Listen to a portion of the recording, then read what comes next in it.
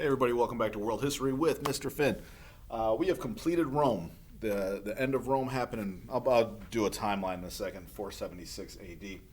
But first, just real quick, I want to make sure to give you an idea of where we are jumping. We're going to a complete different topic. But just to show you, this is the silly map that we have that can show you this. This is the Mediterranean. This was the southern part of the Roman Empire that had all of this area and up there into Europe and stuff like that. That was where the Roman Empire was. There's Italy. You can see Rome was like probably right there, but that's the Mediterranean Sea. Now, where we are jumping to is going to be this area. This is called the Arabian Peninsula. So you can see it on our map right here. This Persian Gulf, and then the Red Sea, this area. That is the area that we are talking about. And the Arabian Peninsula is a very desert, arid, as they would say, landscape. A lot like Arizona would be in the sense of not a lot of water, but if you were to go out of the city in Arizona or Phoenix, you would see more of a desert-like area that would be very arid. This would probably be even more so. There's places in the Arabian Peninsula where it gets up to like 125, 130 degrees, sometimes like record highs. So we're dealing with a very hot, arid place. And you'll fall, and this is the important thing for us to start what we're talking about today.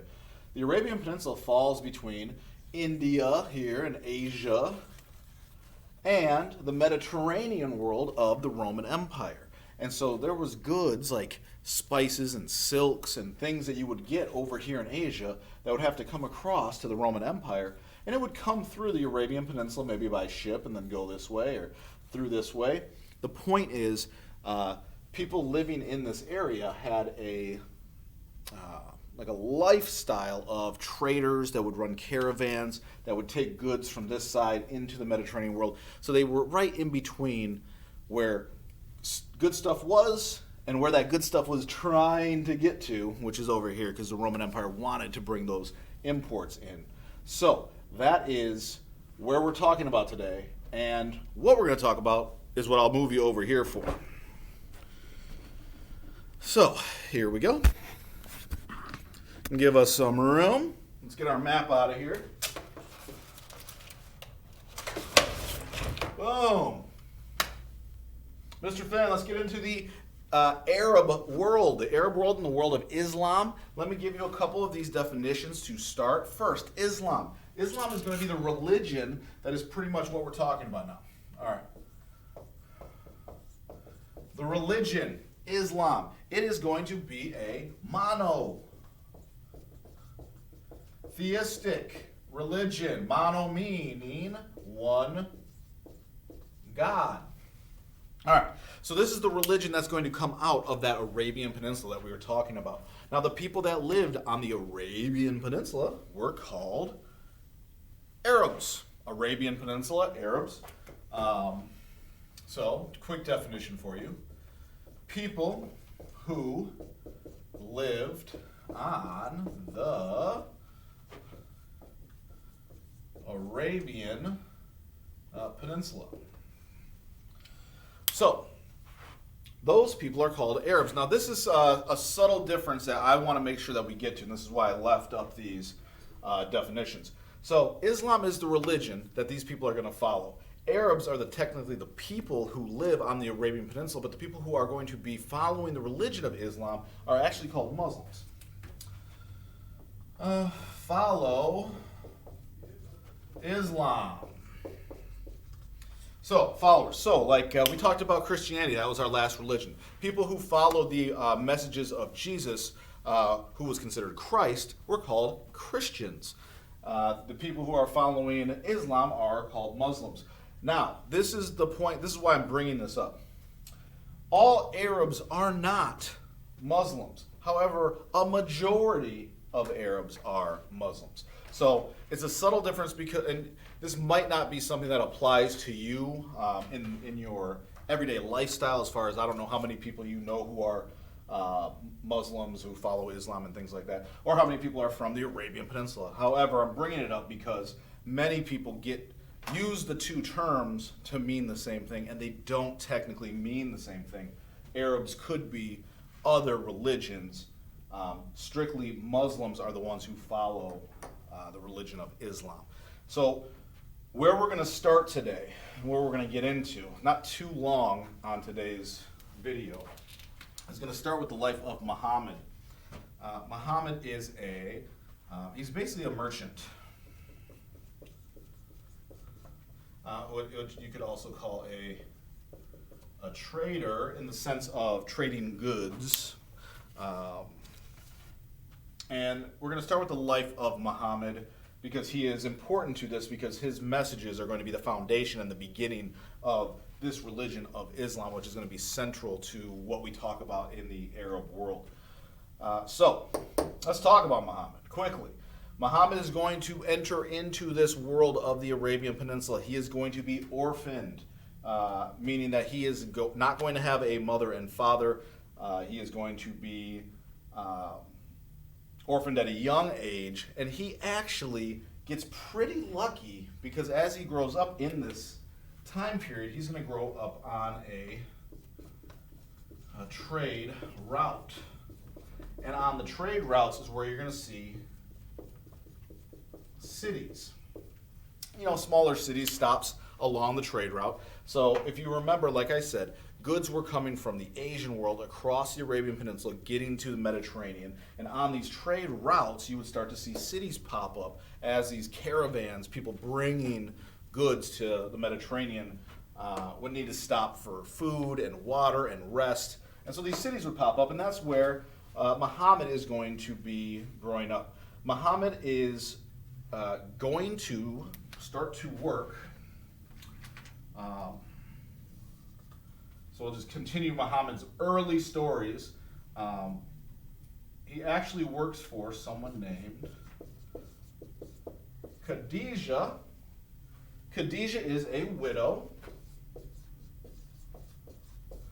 And her husband was a merchant, and Muhammad is going to begin working with Khadijah, and the two of them are going to, they're going to become married. Now, why is this lucky for Muhammad? If you think about it, Muhammad was an orphaned person living out in this desert, arid area. He happened to be in a city around these merchants. Merchants were, when you're a trader or you're dealing with trade in general, are merchants. I'll put the money sign up. Money is there. You can make money in this field. Now, working for Khadijah, who's a widow, he becomes partners with Khadijah, meaning that Khadijah and Muhammad are technically going to have money. Now, this is where we're going to stop with their story, all right? Because what I really want to touch on today is, it's nice to see this, right? Hey, this orphan, Muhammad, he becomes partners with Khadijah. He gets married to Khadijah. They have money. They have a good life as merchants. That is wonderful. But the point of today, and we're going to talk about what Muhammad does with his life and why he becomes the leader of this religion of Islam, is this. Let me give him some space here. This is the problem that we're dealing with in the Arab world. Rich versus poor. Now, this is always the problem. Rich people versus poor people. As these merchants and these traders get more and more money selling these goods across the Arab world, they are going to make more and more money, and they are going to lose track of the foundations of who their people are. The poor people are going to feel like, hey, you don't relate to your roots. This is the way the desert is. This is the way our people are. This is how we are supposed to live. The people living here, if we're talking about the poor people, are going to relate more with this nomadic lifestyle. And the nomadic lifestyle means they have basically small clans, which are small family units. All right, so the traditional people, the traditional lifestyle of the Arab people is going to be a nomadic lifestyle, meaning that they, if you don't remember, move place to place. So they move place to place. They are in small family units. They know other small clans or family units, and they go from place to place around the desert from oasis to oasis. Oases are places that you get water and food and things like that. So it's a very personable lifestyle. You are very close to the people that you know. It's a very tight-knit family unit. You know everything about them. They know everything about you. You have connections with other family units throughout the desert, and it's a very one-on-one type of feel. The rich people, like I said, are going to start to exist in cities. Cities that pop up along these trade routes.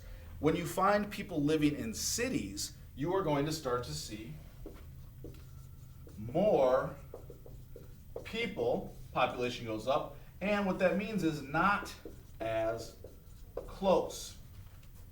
So the people that live in cities are going to have more money. They're not going to feel as close to one another. They're not going to have these tight-knit family units.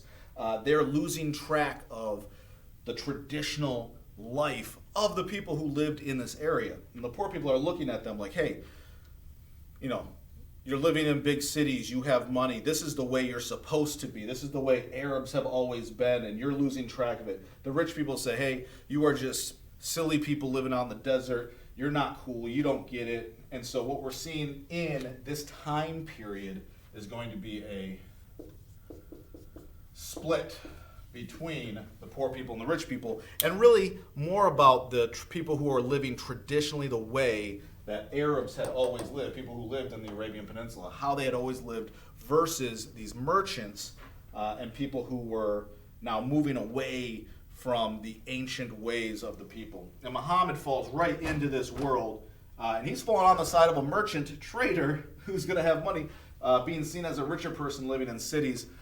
So we are going to take a look at what happens from here. But today, to get a start, I want you to find Islam 5 facts. Before we get into the religion itself, go see what you can find. Give me 5 facts about Islam, this religion. It can be about Muhammad and Muslims and Arabs, and just if you look up Islam and find just 5 different things about this religion, 5 facts. That is what I want you to turn in today for attendance and participation purposes, along with your notes. And I will see you next class.